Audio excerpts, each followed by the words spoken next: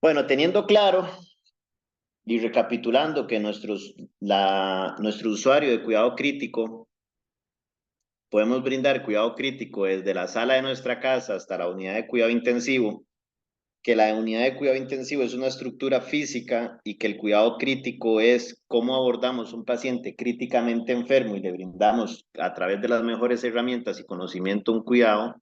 Hemos visto cómo abordarlo de manera integral y ver cómo podemos tener algo predictivo para manejar este usuario a través de las escalas de SOFA, Quick SOFA, la depuración de lactato a través del estudio que vimos de los hermanos peruanos, la utilización de la SAFI, de la PAFI, que después nos llevó a hablar un poco de la vía aérea de difícil manejo, que no podemos confiarnos de que un usuario que se vea delgado y sano o con todas sus piezas dentales y sin barba va a ser una vía aérea de fácil manejo. Vimos predictores de una vía aérea de difícil manejo, como es el Malapanti, la exploración con laringoscopía y ciertas situaciones que con solo visualizar al paciente podemos prever. También vimos el LEMON, que es mirar, evaluar, Malapanti, obstrucción y movilidad de la vía aérea para valorar la posibilidad de que sea una vía aérea de difícil manejo. Y ahora vamos a comenzar a hablar un poco sobre la insuficiencia respiratoria. Por acá tenemos dos imágenes de dos monitores, ¿cierto? El monitor de donde tenemos el puntero láser, podemos ver que es un usuario que tiene una taquicardia, 114 latidos por minuto. Si bien es cierto, es taquicardia, pero no es tan alta como para tener que correr, hacer una cardioversión, ya sea con adenosina, desfibrilación, cardioversión eléctrica, sino que es una taquicardia que no altera grandemente a nuestro usuario. Sí vemos que tiene una leve hipotensión, principalmente con una presión arterial media de 58 milímetros de mercurio. Podríamos pensar que este usuario tiene todo esto porque tenga un problema cardiovascular. ¿Por qué? Porque si nos vamos a la saturación parcial de oxígeno, tiene un 91%. Y se nos ha enseñado y se nos ha dicho, la saturación normal es por arriba de 90%. Diríamos, este paciente no tiene ningún problema respiratorio, es más una situación cardiovascular, está taquicárdico y levemente hipotenso y comenzamos a pensar en mil cosas, que tenga una infección sistémica, que esté sangrando, bueno, un sinnúmero de cosas sin pensar en que sea un problema ventilatorio. ¿Qué es lo que sucede? Decía una ilustre y muy querida profesora que teníamos, el doctor Oscar Celedón y yo, que cuando usted enciende un monitor, no apaga el cerebro. Y es una realidad. Cuando usted enciende un monitor, usted no apaga el cerebro, no espera a que el monitor le haga todo a usted. Usted tiene que acompañar. Ese monitor le va a brindar herramientas a su cerebro para dar una mejor evaluación. ¿Qué es lo que sucede? El signo vital que menos atención se le pone es la respiración. Y este usuario tiene 36 respiraciones por minuto. Está taquipneico. ¿Qué quiere decir? Que este paciente tiene un problema y ahorita vamos a hacer esa diferenciación de por qué correría yo en un paciente con esto si tiene buena saturación.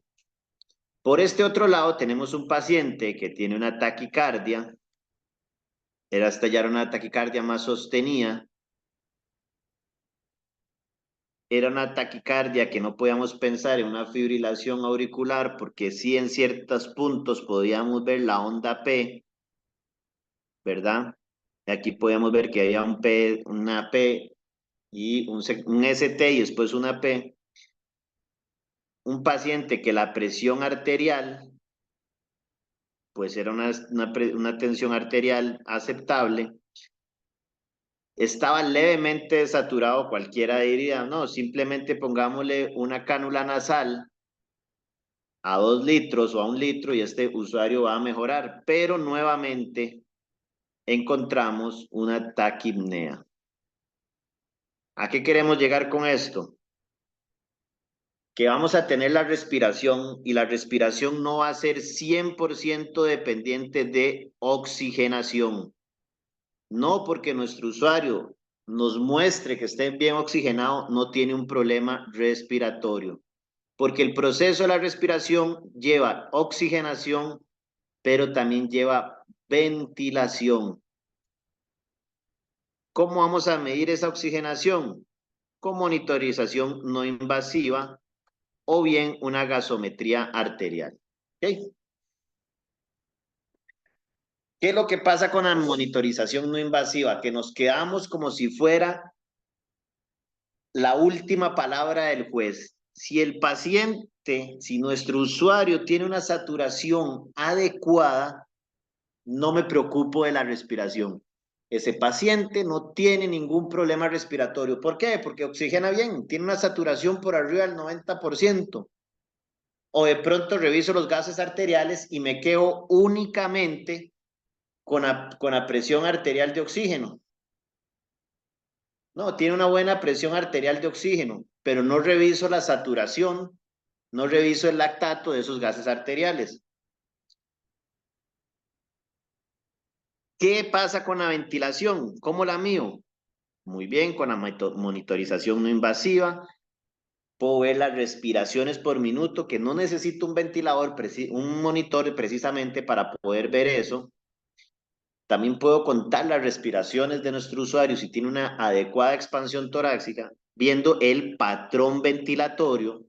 Nuestros usuarios requieren tener una inspiración acompañado posterior de una expiración, que ambas sean completas, sean rítmicas y sean constantes. ¿A qué me refiero con constancia? Que si mi paciente inspira, llena la caja torácica en su totalidad, pero en la siguiente inspiración yo puedo percibir que solo el lado derecho se expande y el izquierdo no, puedo pensar en un neumotórax espontáneo. No está ventilando bien.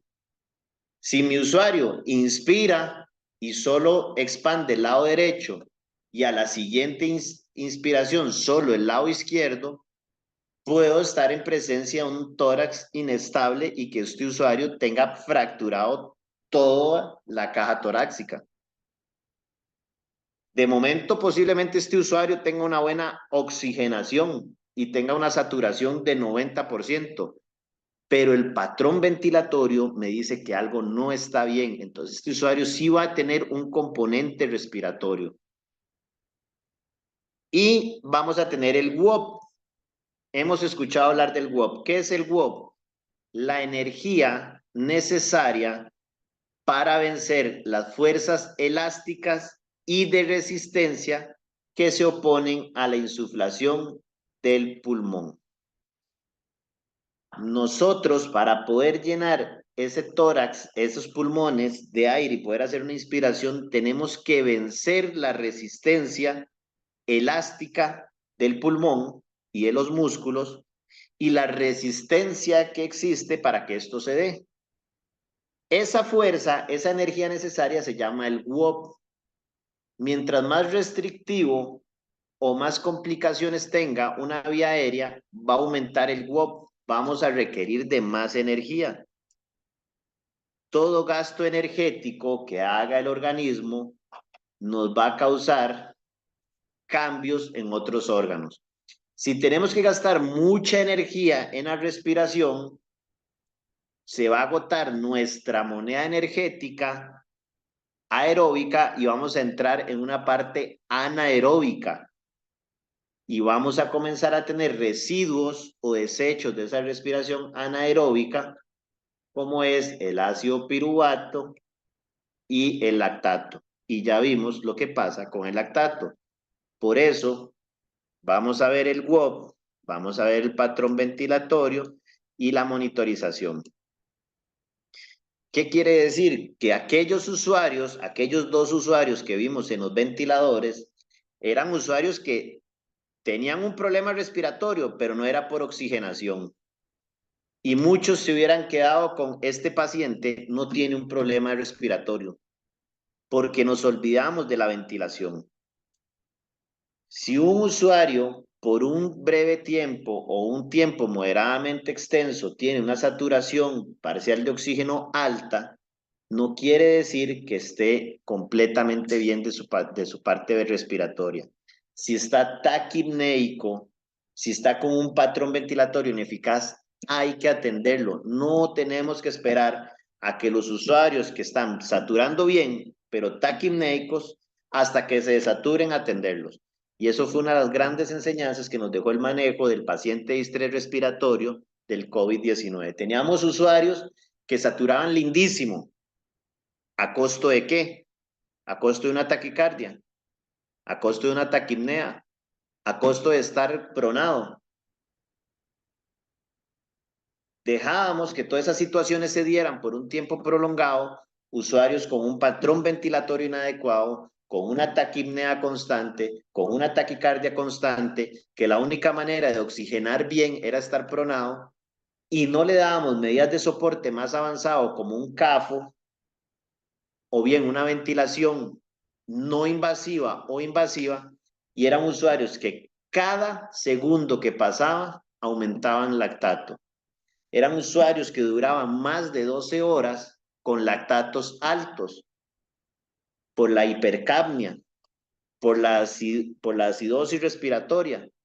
Y como vimos, existen estudios que nos dicen que si en 12 horas no depuramos ese lactato, esos usuarios fallecían. Cuidado crítico es ver todo eso.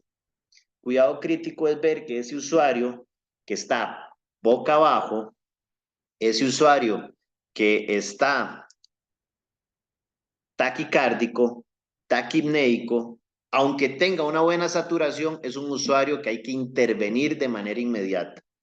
No esperar a que desature, no esperar que ya tenga compromiso de los 2 componentes de la respiración, oxigenación y ventilación para tomar medidas.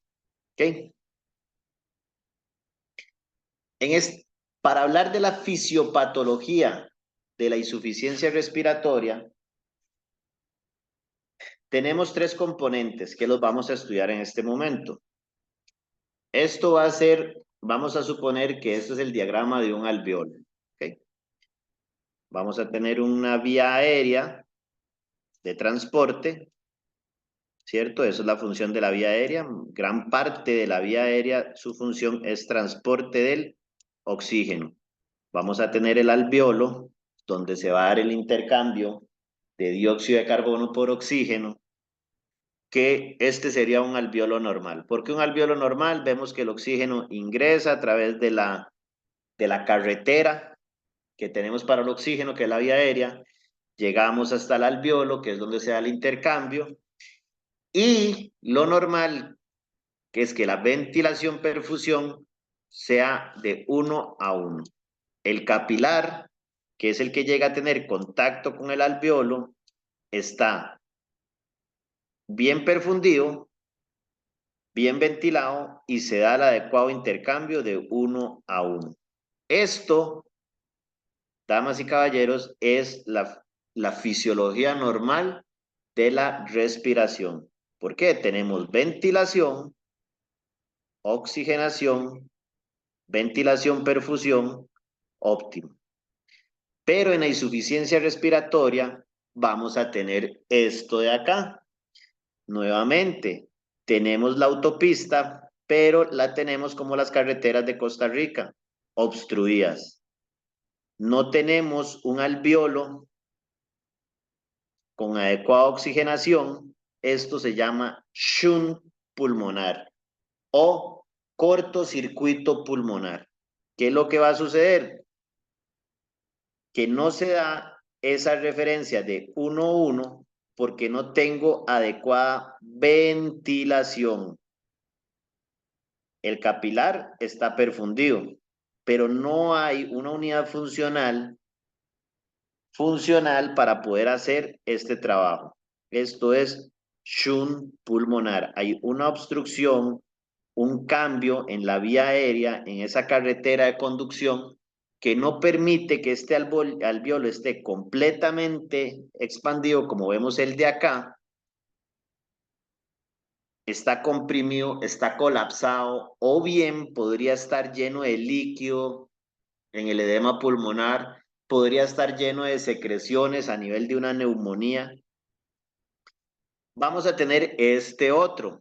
¿Qué es lo que tenemos acá? Acá tenemos que si hay ventilación, el oxígeno llega, tenemos un alveolo que en apariencia es adecuado, pero esto se llama espacio muerto alveolar. ¿Qué va a pasar? Que existe algo que no permite la perfusión. Acá el capilar está totalmente perfundido, pero no logra hacer el intercambio porque no tiene una unidad funcional del alveolo por una obstrucción. Aquí tenemos todo, pero existe algún problema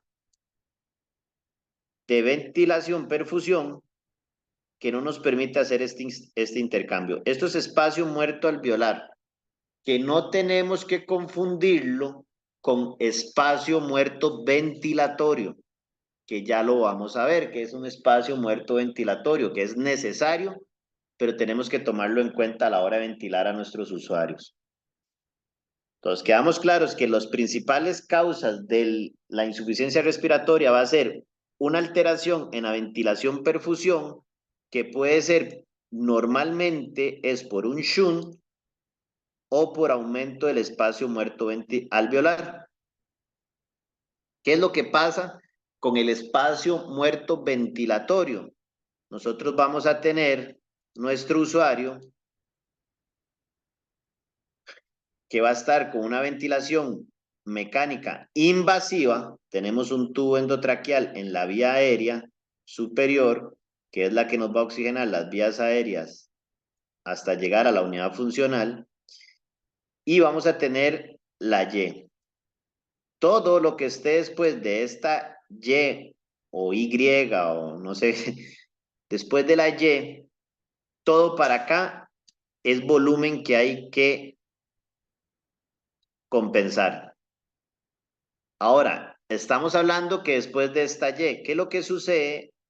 Esto es un dispositivo de aspiración de secreciones cerrado. Normalmente, acá tiene una llave de paso que tiene que estar cerrada. ¿Qué pasa si yo dejo esto abierto? Que el espacio muerto, o sea, un espacio que ventila pero no perfunde, se va a aumentar. Voy a tener todo esto de acá, que es el circuito del ventilador para expiración, inspiración, pero le estoy aumentando espacio muerto ventilatorio porque mucho del oxígeno se está perdiendo acá. Y recuerden que espacio muerto es vía aérea o espacio aéreo que está ventilado pero no perfundido. Todo ese oxígeno se pierde acá y acá. Ahora, ¿qué pasa si yo además acá tengo que agregarle un capnógrafo? Aumento el espacio muerto. Todo es la sumatoria de este espacio muerto, más el del capnómetro, más el del circuito cerrado que dejé abierto, aumenta la cantidad de espacio muerto, aumenta la cantidad de oxígeno que no se perfunde. Y si yo tengo un usuario que requiere una fracción inspirada de oxígeno, un FiO2 de 100%, muchas veces estoy perdiendo gran cantidad de ese oxígeno en este espacio muerto ventilatorio. ¿Por qué? Le aumenté todo esto a un espacio que ya tengo que compensar, que tengo que tomar en cuenta en la ventilación de mi usuario, y yo, sin darme cuenta, se lo estoy aumentando. Este filtro siempre va a ser necesario tenerlo para la humidificación del sistema, pero todo lo que yo aumente de espacio muerto ventilatorio va a ser contraproducente para mi usuario. porque estoy aumentando el espacio muerto ventilatorio. Y si mi usuario tuviera una alteración cardiovascular que me está afectando el vector ventilación-perfusión y tengo espacio muerto alveolar y le aumento espacio muerto ventilatorio, es un usuario que no voy a poder ventilar de manera adecuada, no voy a poder oxigenar de manera adecuada la hemoglobina y es un usuario que se nos va a complicar en insuficiencia respiratoria.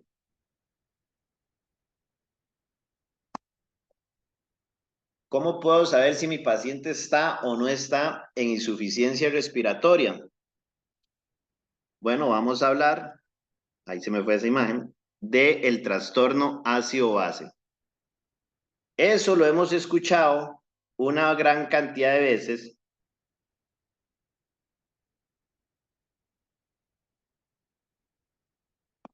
El trastorno ácido-base. Todo hemos escuchado y nos lo han enseñado como 1.000.000 de maneras diferentes.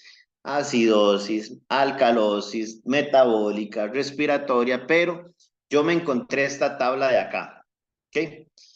¿Por qué me gusta esta tabla? Bueno, todos sabemos que la acidosis va a ser un pH bajo. Aquí tenemos acidosis, acidosis. Un pH bajo va a ser acidosis. Aquí lo tenemos. Ya por ahí, con solo ver pH bajo, ya podemos saber si nuestro paciente tiene acidosis. Si tenemos un pH alto, como las alcalosis, acá, ya sabemos, pH alto, alcalosis, pH bajo, acidosis. Vamos a tener dos, vamos a tener que el trastorno sea metabólico o respiratorio. Entonces, todas las flechas que estén en rojo va a ser un trastorno metabólico. Y todas las flechas que estén en azul va a ser un trastorno respiratorio. O sea, esta flecha metabólico, esta flecha respiratorio. Y vamos a tener la compensación, que es donde todo el mundo se confunde. ¿Por qué? Porque vamos a tener el problema principal, pero siempre el cuerpo va a tender a compensar. Si la compensación es respiratoria, van a ser flechas verdes. Pero si la compensación es metabólica, van a ser flechas amarillas. Vamos a ver. Si yo tengo un pH bajo, voy a pensar en acidosis. Puede ser acidosis metabólica o respiratoria. ¿Cómo voy a saber si es una u otra? Porque vamos a ir al principal problema. En la acidosis metabólica, lo que va a estar disminuido es el bicarbonato. ¿Y quién va a compensar? El dióxido de carbono. ¿Qué es lo que va a hacer este usuario? Va a estar con un pH bajo, un bicarbonato bajo, pero por compensación el CO2 va a disminuir. La alcalosis, la acidosis respiratoria, por lo contrario, voy a tener como problema principal que va a ser respiratorio por aumento de CO2. ¿Y quién va a compensar? El bicarbonato. Por eso está en flecha amarilla. La alcalosis respiratoria van a ser un pH alto. ¿Cuál va a ser su principal problema? Un CO2 bajo. ¿Quién va a compensar? Un bicarbonato bajo. Entonces, si tenemos un paciente con pH bajo, un CO2 muy elevado, con un bicarbonato elevado, vamos a tener una acidosis respiratoria con compensación. Si tenemos un pH bajo, un CO2 alto, pero no hay cambio en el bicarbonato, es normal, tenemos una acidosis respiratoria sin compensación. Si tengo un pH bajo con un CO2 bajo, un bicarbonato normal, voy a tener una acidosis metabólica sin compensación. ¿Qué vamos a tomar en cuenta? Esto es muy importante. La compensación respiratoria es en corto plazo. Las compensaciones metabólicas conllevan un tiempo mayor debido al que el riñón, como pueden ver acá, el crear bicarbonato de sodio es un trabajo propio del riñón, es más lento porque el riñón requiere de más tiempo para producir el bicarbonato. Y si nos vamos al principio de la charla de hoy y conversamos de que nuestros usuarios en el sofá, una de las principales cosas que vamos a estar pendientes de que no se alteren es la función renal, quiere decir que en nuestros usuarios críticos, la función renal va a ser una de las cosas que va a estar más alterada. Entonces, esa compensación se nos puede atrasar por esa situación.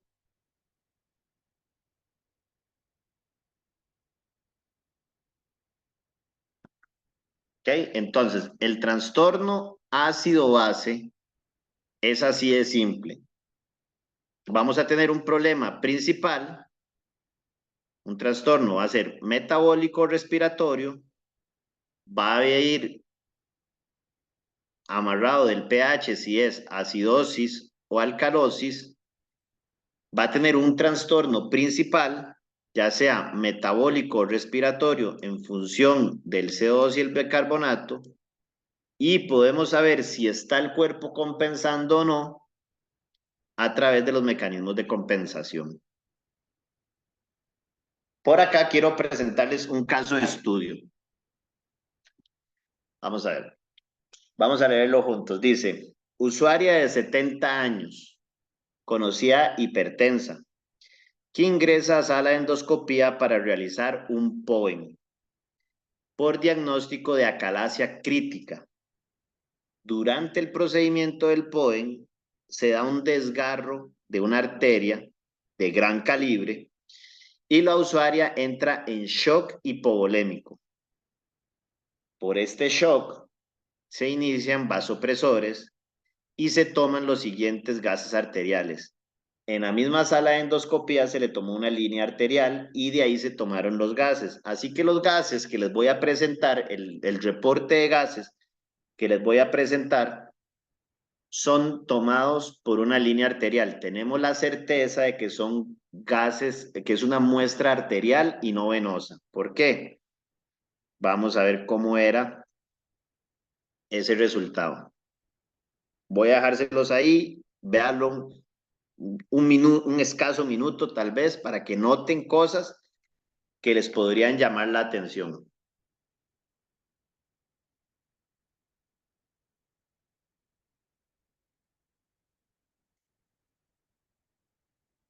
Ya sabemos que es una muestra arterial, no tenemos que tener en duda que esa muestra sea venosa, era una línea arterial que tenía adecuada curva, que nos mostraba cifras de tensión arterial, lo cual nos llevaba a tener la certeza de que esa sangre era 100% del sistema arterial. Entonces, analicemos. pH, claramente disminuido. Acidosis. Sí o sí era acidosis. Presión de dióxido de carbono, 66. Acidosis sumamente elevada. ¿Ok?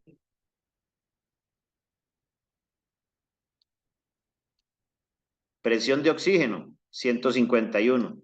Quiere decir que este usuario estaba hiperoxigenado. Teníamos también que modificarlo, pero tenemos que ya tenemos una acidosis en apariencia respiratoria. Saturación, 99.2. No tenía un problema de ventilación, perfusión. Estaba con buena oxigenación y la perfusión tenía vasopresores, entonces no debería por qué estar disminuida. Bicarbonato, 19.1. Si nos vamos a la referencia, bicarbonato no se elevó más bien estaba de normal a bajo, teníamos una acidosis respiratoria sin compensación. ¿Qué podemos darnos cuenta? Lactato, 0.9. Estaba disminuido. Esta usuaria era un caso muy particular, porque tenemos un paciente con una acidosis respiratoria muy marcada, sin compensación de bicarbonato, con un lactato bajo. Quiere decir que esta acidosis respiratoria o estos niveles altos de CO2 no eran por un problema de patrón respiratorio ineficaz. ¿Por qué les traigo este caso? Porque no podemos quedarnos, y eso es algo que siempre vamos a tener claro, de que el usuario es integral. No es solamente lo que me diga un monitor, no es lo que me diga un resultado de laboratorio, tengo que ver el usuario y la situación. Recordemos en qué situación está este usuario.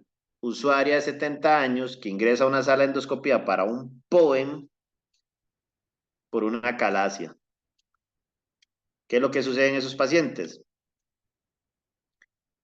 Que deciden permitir la hipercapnia, ese nivel de CO2 alto, debido a que posiblemente la misma es secundaria a que utilizan dióxido de carbono para insuflar el área de trabajo. O sea, cualquiera hubiera dicho, este paciente tiene un problema ventilatorio, hay que comenzar a ventilarlo más y más para que lave dióxido de carbono. Pero si recordamos, en el gas arterial tenemos una presión arterial de oxígeno y una saturación de oxígeno en arteria altos. O sea, este paciente no tenía que ventilarlo más.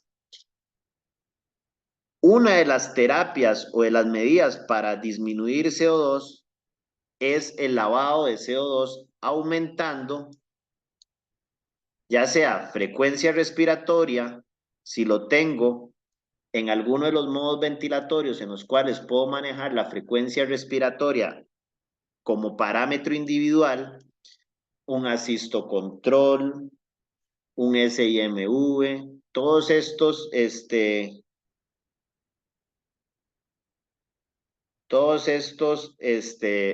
modos ventilatorios donde yo puedo alterar la frecuencia respiratoria del usuario, o bien disminuir los tiempos, el tiempo inspiratorio y el tiempo expiratorio a través de la IE en modos ventilatorios como el APRV para que el usuario haga mayores ventilaciones, aumentar la expiración para que bote el CO2. Eso sería lo normal en un paciente, modificar frecuencia respiratoria o modificar la IE a través del tiempo inspiratorio, acortar el tiempo expiratorio para que respire más veces, pero en este paciente había un impedimento de aumentar la frecuencia respiratoria para lavar el CO2. Por el aumento del trabajo del diafragma, si yo ponía a este paciente a respirar muy fuerte, podía alterar la anatomía del esófago, que estaba insuflado con CO2, porque necesitaban tener el esófago bien abierto para poder trabajar y buscar dónde estaba el desgarro. Lo interesante es analizar todas las variables posibles de ese CO2 alto, que no es un problema de intercambio, sino por un agente externo necesario para el abordaje del usuario. Al final el procedimiento, usuario con gases en trastorno ácido-base con un CO2 totalmente normal. Estos gases que les voy a mostrar ahora son los gases arteriales del usuario solamente una hora después de finalizar la insuflación con CO2. pH normal, un bicarbonato, un dióxido de carbono, perdón, que pasó de 66 a 34 en una hora sin aumento de frecuencia respiratoria ni alteración de la IE o el tiempo expiratorio, un oxígeno que ya normalizó, una saturación que está más acorde y si buscamos el bicarbonato ya se encuentra en valores normales. Uy, perdón. ¿Qué quiere decir? Que no vamos a casarnos con la idea de que porque sé sacar que un pH bajo, un dióxido de carbono alto, sin compensación de bicarbonático, es una acidosis respiratoria sin compensación metabólica. No, no podemos quedarnos con eso. Nuestros pacientes críticos se comportan de manera diferente en diferentes momentos. Esta usuaria estaba en una sala de endoscopía y se convirtió en un paciente crítico que hubo que canalizarle una línea arterial y comenzar a tomar medidas. Era un usuario que, si bien es cierto, tenía una acidosis respiratoria, nunca iba a solucionar a través de medidas ventilatorias, porque además no podía tomar esas medidas ventilatorias, porque poner a mover ese diafragma rápido podía alterar el lugar donde estaba la ruptura del vaso arterial, donde estaba el shock hipovolémico, y además necesitaba mantener insuflado con dióxido de carbono ese esófago para poder reparar donde estaba el desgarro, a costa de qué? De tener un paciente acidótico de manera respiratoria, pero no por un patrón respiratorio. Una hora después se solucionó el shock hipovolémico, se suspendieron vasopresores, se toman gases arteriales de la misma línea arterial, garantizando que la muestra era 100% arterial y tenemos un paciente completamente normal, perdón. ¿Qué llegamos con esto? Que no todas las alteraciones ácido-base van a ser por insuficiencia respiratoria, que la insuficiencia respiratoria se da por un shunt o por un espacio muerto alveolar, que también tenemos que compensar la cantidad de espacio muerto ventilatorio que podemos tener en nuestros usuarios, teniendo en cuenta que el patrón respiratorio no solamente depende de oxigenación, sino también de ventilación. Todo esto vamos agregando a cómo es que se maneja un paciente crítico, no un paciente en una unidad de cuidado intensivo. Los compañeros que trabajan en UCIs son carguísimas, pero el paciente crítico se maneja en cualquier lado. El paciente crítico nos lo vamos a topar en cualquier esquina. Ahora, para continuar, vamos a hablar un poco del shock. ¿Ok? Dale un segundo.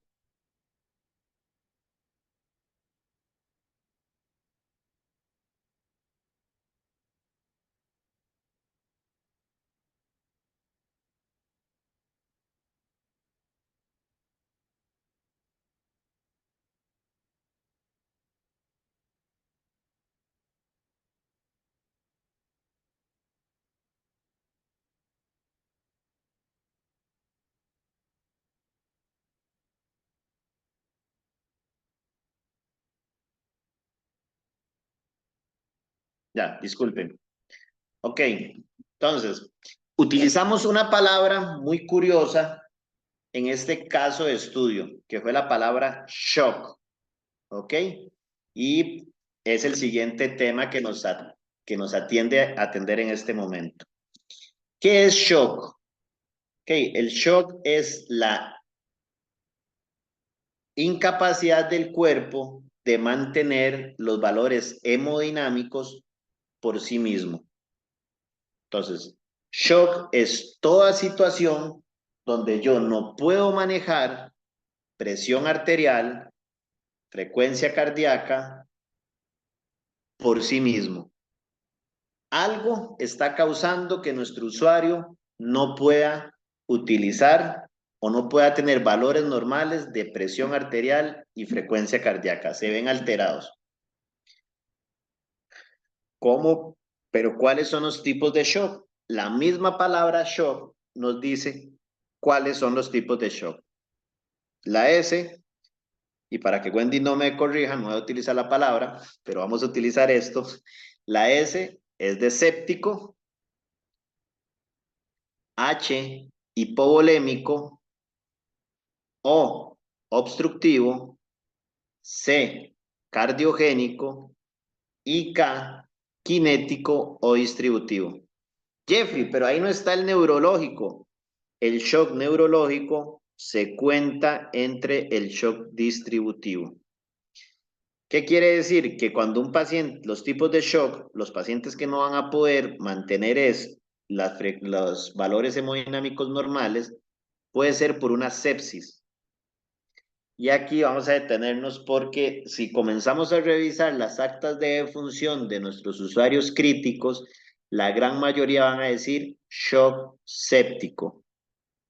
Y después van a venir las causas que lo llevaron al shock séptico: ventilación mecánica, pancreatitis perforada, necrosis de algo, demás. Pero muchos de nuestros usuarios fallecen por un shock séptico. ¿Qué es lo que sucede en los shock sépticos? Hay cierta literatura que nos meten al shock séptico entre el distributivo porque a nivel de todos los vasos capilares hay un desacoplamiento endotelial y partimos a hablar brevemente porque hablar del endotelio se requiere toda una clase magistral de 3 horas, pero el endotelio o el sistema endotelial es un sistema maravilloso que está presente en absolutamente todos los capilares de nuestro cuerpo, háblese desde arterias y venas principales, venas perforantes, arterias de grueso o bajo calibre, arteriolas, vénulas, absolutamente todos los vasos capilares en su interior van a tener el sistema endotelial. El sistema endotelial es el que va a controlar y va a hacer que nuestros vasos capilares tengan vasodilatación o vasoconstricción. En el shock séptico hay tal cantidad de desechos de la sepsis, del patógeno que está contaminando nuestro organismo, que va a haber un desacoplamiento endotelial.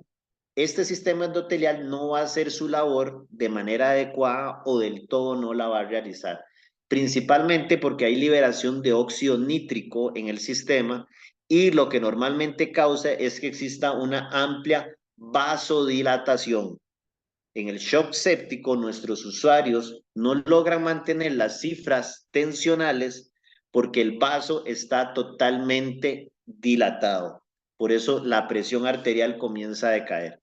Recordemos que la fórmula para saber la presión arterial es la sumatoria de las leyes de Starling, donde nos dice que la presión arterial va a ser la sumatoria de la resistencia del vaso al líquido, el volumen del líquido hacia el vaso, la fuerza del líquido hacia el vaso, además de la presión oncótica, que es la presión que ejercen las proteínas dentro del líquido, o sea, de la sangre. ¿Y cuál es la principal proteína que tenemos en el organismo y la de más alto tamaño molecular, que es la albúmina? Todas estas sumatorias nos da que es presión arterial.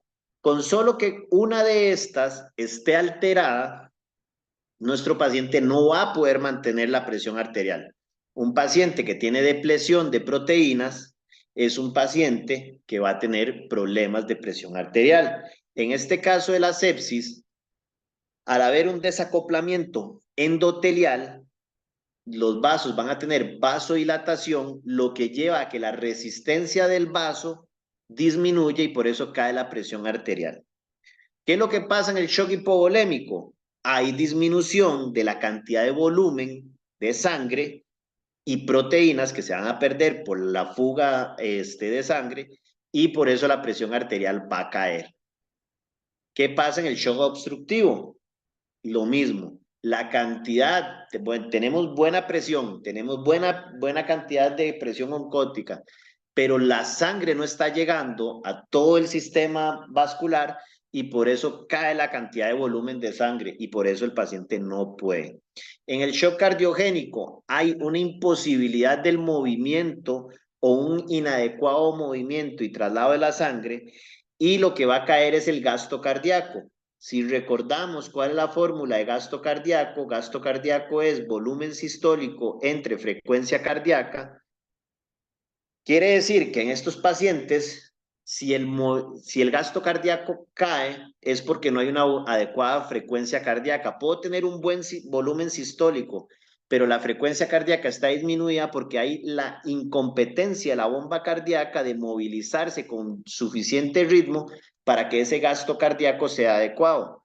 ¿Qué es lo que pasa en los shock kinéticos? Que vamos a hablar del neurológico y el anafiláctico. hay una reacción de anafilaxis, de liberación de histamina, que va a relajar las paredes de los vasos para que caiga esta frecuencia, esta presión arterial, y en el neurogénico, el sistema principal de mando del cuerpo está alterado y no permite que exista el transporte neurológico adecuado de todos los neuroreceptores para que los vasos puedan tener su tono o la frecuencia cardíaca sea adecuada. Ahí, con esta breve explicación simple, nos podemos ya conocer qué es shock, los tipos de shock y cómo trabaja cada uno de los tipos de shock. Y aquí tenemos esto, qué es lo que va a suceder en los tipos de shock. En los que son hipovolémicos, esta es la presión venosa central, este es el gasto cardíaco, que ya les hablé del gasto cardíaco, y esta es la resistencia venosa periférica y la saturación de oxígeno venoso. En el shock hipovolémico, la presión venosa central va a estar sumamente disminuido, el gasto cardíaco va a estar disminuido. ¿Por qué? Por lo que les dije, gasto cardíaco es volumen sistólico por frecuencia cardíaca. Hay menos volumen, va a caer el gasto cardíaco. Las resistencias venosas periféricas van a aumentar, sí, porque al haber menos cantidad de volumen, ellas se van a hacer vasoconstricción para tratar de compensar. Y la saturación venosa va a caer porque va a haber un montón de sangre que se está fugando.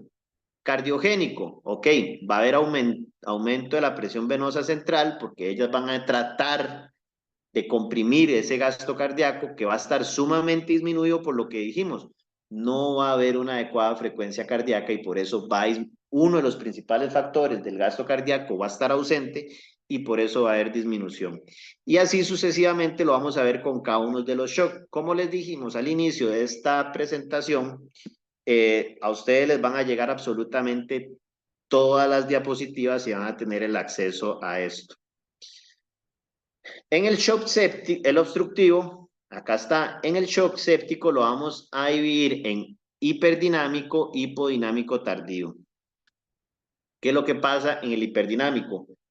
Ese usuario que la sepsis es muy fuerte, vamos a dar un ejemplo, una apéndice perforada que comienza a tener fuga, cavidad abdominal, hace una peritonitis, eso es una sepsis rápida, hiperdinámica. Muy poco tiempo va a tener compromiso cardiovascular, va a tener fiebres altas, malestar general, todo. Cuando hablamos de un shock séptico hipodinámico o tardío, es un paciente que, y eso lo vemos mucho en el paciente epidiabético que tiene una sepsis de tejidos blandos, que pronto hace una osteomielitis, y para llegar a una septicemia lleva un tiempo muy prolongado que cuando ya llegamos a atender el shock séptico hay que hacer amputación total del miembro afectado y además tratar la sepsis sistémica.